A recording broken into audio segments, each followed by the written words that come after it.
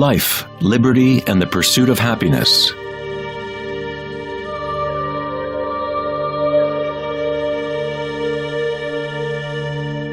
We live our lives pursuing happiness out there, as if it is a commodity. We have become slaves to our own desires and craving.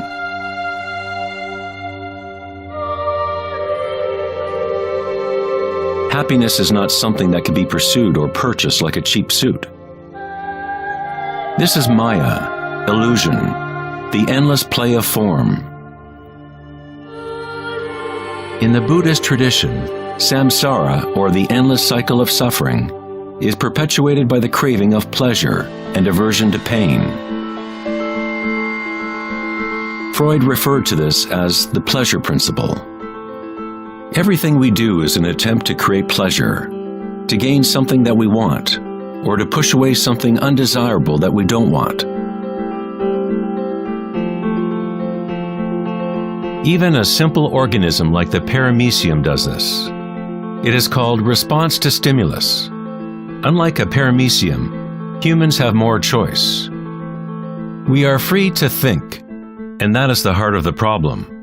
It is the thinking about what we want that has gotten out of control.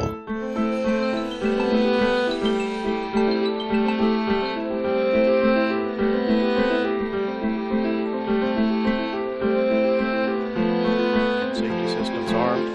10, 9, 8, 7, 6, 5, 4, 3, 2, 1, 0, and liftoff of Endeavour, going where east and west do meet at the International Space Station. The dilemma of modern society is that we seek to understand the world not in terms of archaic inner consciousness, but by quantifying and qualifying what we perceive to be the external world by using scientific means and thought. Thinking has only led to more thinking and more questions. We seek to know the innermost forces which create the world and guide its course. But we conceive of this essence as outside of ourselves, not as a living thing intrinsic to our own nature.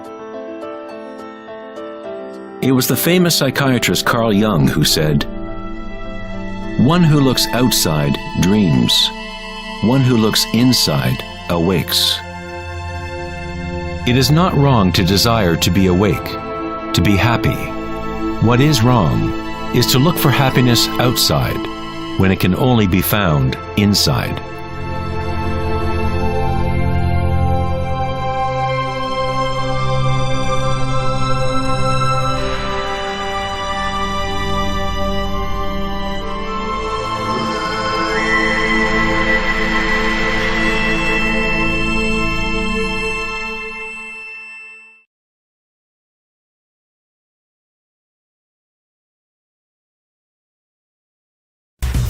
On August 4th, 2010, at the Techonomy Conference in Lake Tahoe, California, Eric Schmidt, CEO of Google, mentioned an astounding statistic. Every 2 days now, we create as much information as we did from the dawn of civilization up until 2003, according to Schmidt. That's something like 5 exabytes of data. Never in human history has there been so much thinking, and never has there been so much turmoil on the planet. Could it be that every time we think of a solution to one problem, we create 2 more problems? What good is all this thinking if it doesn't lead to greater happiness? Are we happier, more equanimous, more joyful as a result of all this thinking? Or does it isolate us, disconnect us from a deeper and more meaningful experience of life?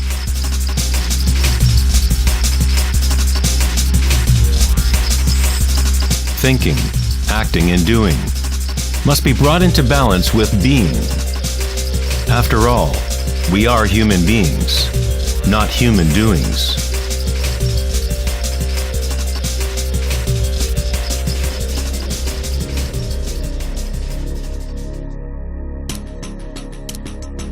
We want change, and we want stability at the same time.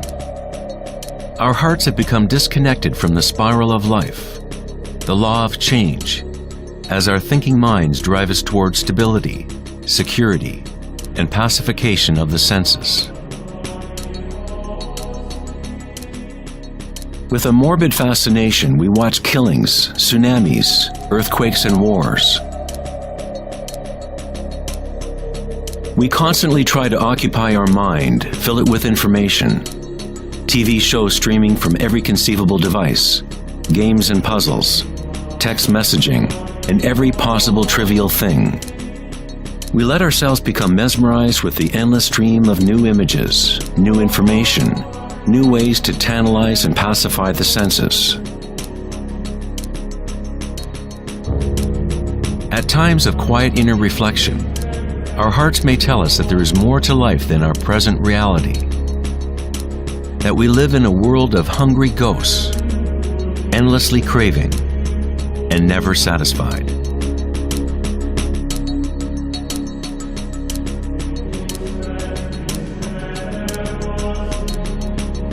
We have created a maelstrom of data flying around the planet to facilitate more thinking, more ideas about how to fix the world, to fix the problems that only exist because the mind has created them.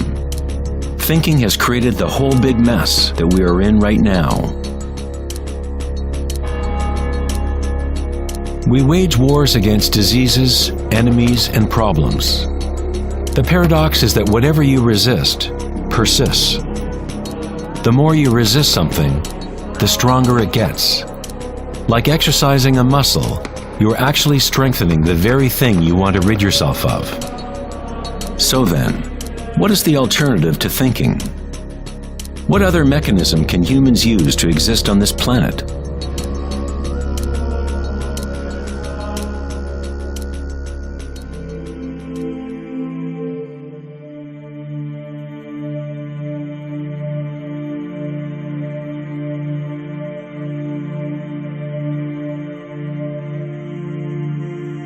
While Western culture in recent centuries has focused on exploring the physical by using thought and analysis, other ancient cultures have developed equally sophisticated technologies for exploring inner space.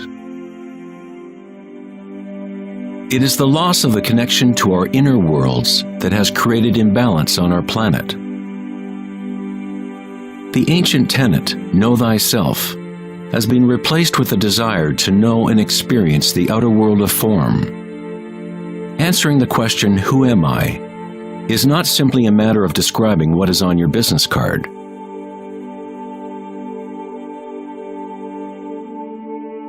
In Buddhism, you are not the content of your consciousness. You are not merely a collection of thoughts or ideas, because behind the thoughts is the one who is witnessing the thoughts.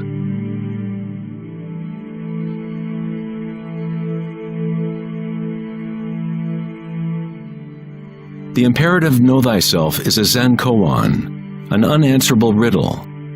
Eventually the mind will become exhausted in trying to find an answer, like a dog chasing its tail. It is only the ego identity that wants to find an answer, a purpose. The truth of who you are does not need an answer, because all questions are created by the egoic mind. You are not your mind.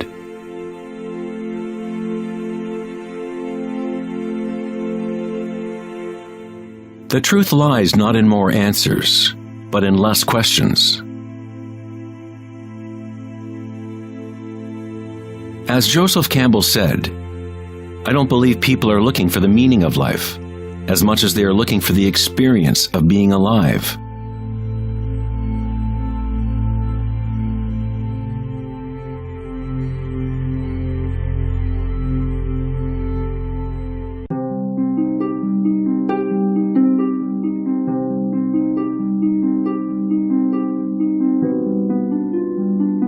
When the Buddha was asked, "What are you?" he said simply, "I am awake."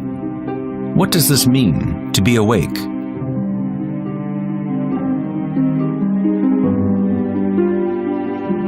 The Buddha does not say exactly, because the flowering of each individual life is different. But he does say one thing. It is the end of suffering. Every major religious tradition has a name for the state of being awake: heaven, nirvana, or moksha. A quiet mind is all you need to realize the nature of the stream. All else will happen once your mind is quiet. In that stillness, inner energies wake up and work without effort on your part. As the Taoists say, Qi follows consciousness. By being still, one begins to hear the wisdom of the plants and animals, the quiet whispers in dreams, and one learns the subtle mechanism by which those dreams come into material form. In the Tao Te Ching, this kind of living is called Wei Wu Wei. Doing, not doing. The Buddha spoke of the middle way as the path that leads to enlightenment. Aristotle described the golden mean, the middle between two extremes, as the path of beauty. Not too much effort, but not too little either. Yin and yang in perfect balance.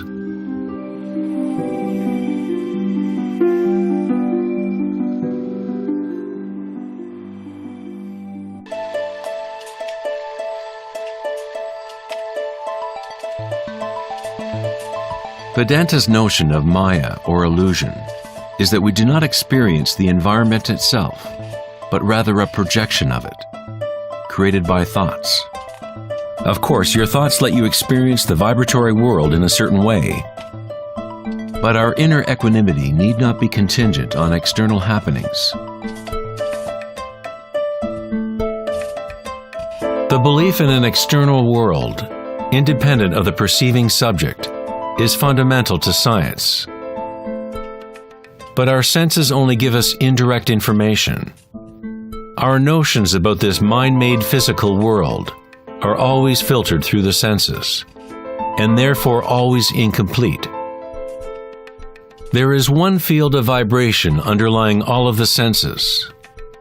People with a condition called synesthesia sometimes experience this vibratory field in different ways. Synesthetes can see sounds as colors or shapes, or associate qualities of one sense with another. Synesthesia refers to a synthesis or intermingling of the senses. The chakras in the senses are like a prism, filtering a continuum of vibration. All things in the universe are vibrating, but at different rates and frequencies. The Eye of Horus is made up of 6 symbols, each representing the senses. Like the ancient Vedic system, thought is considered to be a sense.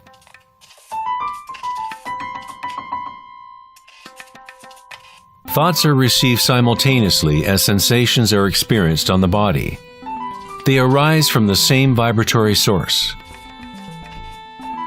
Thinking is simply a tool, one of 6 senses. But we have elevated it to such a high status that we identify ourselves with our thoughts. The fact that we do not recognize thinking as one of the 6 senses is very significant. We are so immersed in thought that trying to explain thought as a sense is like telling a fish about water. Water? What water?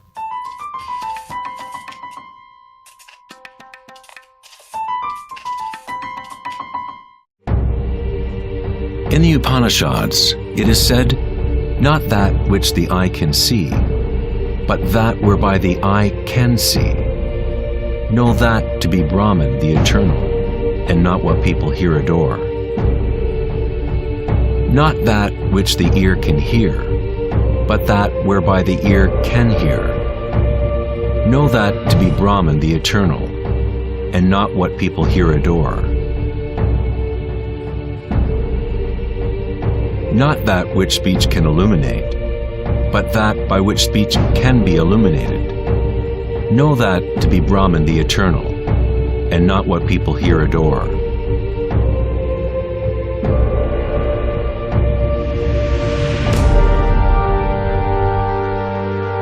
Not that which the mind can think, but that whereby the mind can think. Know that to be Brahman the eternal, and not what people here adore.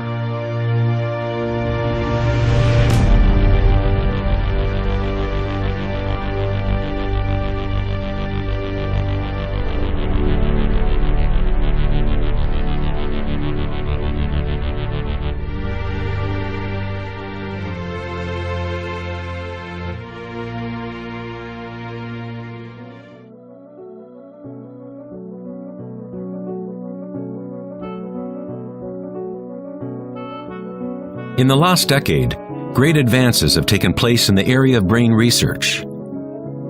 Scientists have discovered neuroplasticity, a term which conveys the idea that the physical wiring of the brain changes according to the thoughts moving through it.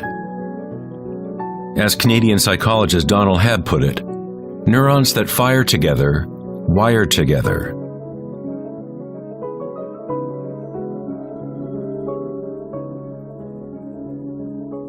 Neurons wire together most when a person is in a state of sustained attention. What this means is that it is possible to direct your own subjective experience of reality. Literally, if your thoughts are ones of fear, worry, anxiety, and negativity, then you grow the wiring for more of those thoughts to flourish. If you direct your thoughts to be ones of love, compassion, gratitude, and joy, you create the wiring for repeating those experiences. But how do we do that if we are surrounded by violence and suffering? Isn't this some kind of delusion or wishful thinking? Neuroplasticity is not the same as the New Age notion that you create your reality by positive thinking. It is actually the same thing that the Buddha taught 2,500 years ago. Vipassana meditation, or insight meditation, could be described as self-directed neuroplasticity. You accept your reality exactly as it is, as it actually is. But you experience it at the root level of sensation, at the vibratory or energetic level, without the prejudice or influence of thought, through sustained attention at the root level of consciousness. The wiring for an entirely different perception of reality is created.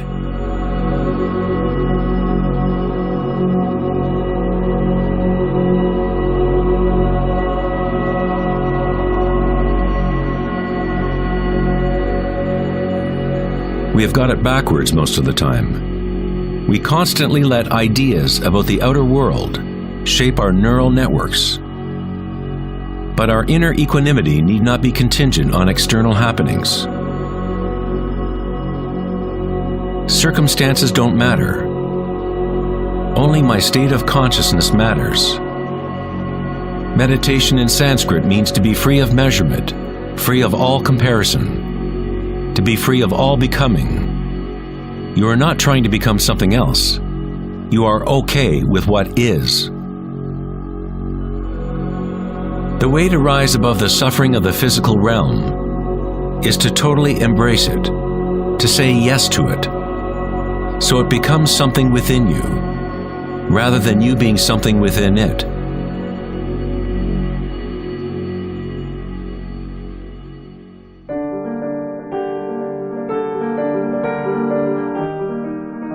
How does one live in such a way that consciousness is no longer in conflict with its content? How does one empty the heart of petty ambitions? There must be a total revolution in consciousness, a radical shift in orientation from the outer world to the inner. It is not a revolution brought about by will or effort alone, but also by surrender, acceptance of reality as it is.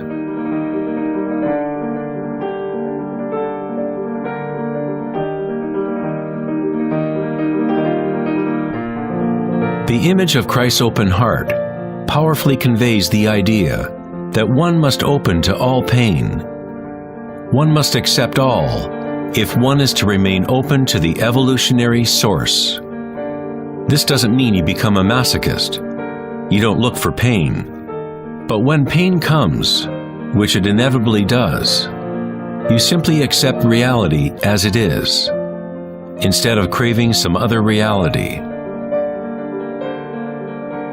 The Hawaiians have long believed that it is through the heart that we learn truth. The heart has its own intelligence, as distinctly as the brain does. The Egyptians believed that the heart, not the brain, was the source of human wisdom. The heart was considered the center of the soul and the personality. It was through the heart that the divine spoke, giving ancient Egyptians knowledge of their true path. This papyrus depicts the weighing of the heart. It was considered a good thing to go into the afterlife with a light heart. It meant that you had lived well.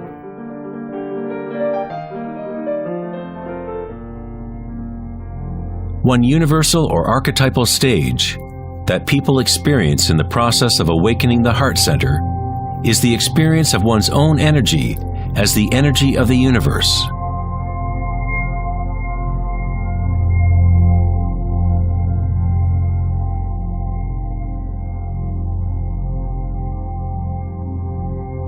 When you allow yourself to feel this love, to be this love, when you connect your inner world with the outer world, then all is one.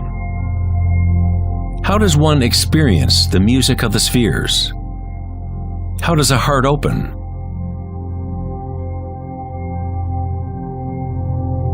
Sri Ramana Maharshi said, "God dwells in you as you, and you don't have to do anything to be God-realized or self-realized. It is already your true and natural state. Just drop all seeking, turn your attention inward, and sacrifice your mind to the one self, radiating in the heart of your very being. For this to be your own presently lived experience, self-inquiry is the one direct and immediate way.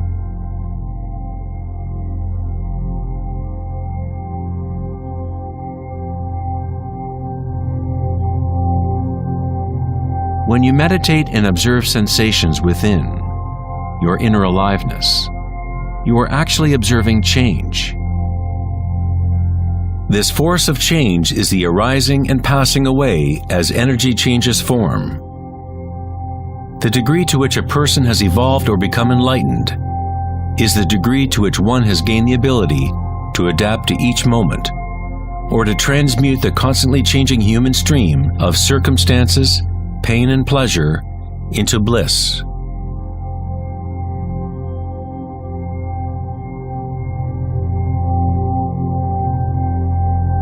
Leo Tolstoy, author of War and Peace, said, "Everyone thinks of changing the world, but no one thinks of changing him or herself."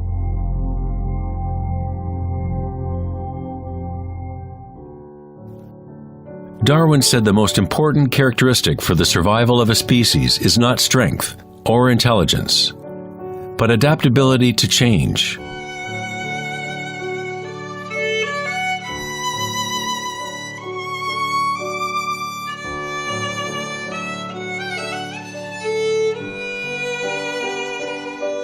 One must become adept at adapting. This is the Buddhist teaching of anicca. Everything is arising and passing away, changing, constantly changing. Suffering exists only because we become attached to a particular form.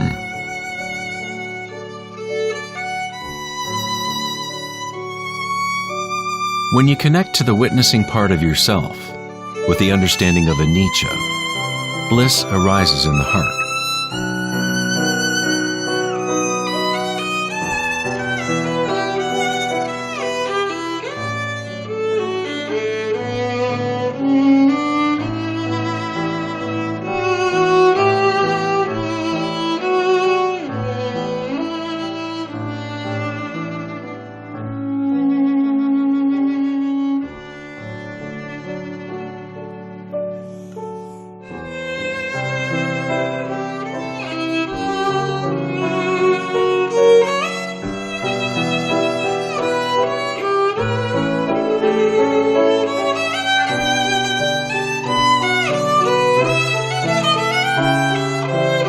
saints, sages, and yogis throughout history unanimously describe one sacred union that occurs in the heart.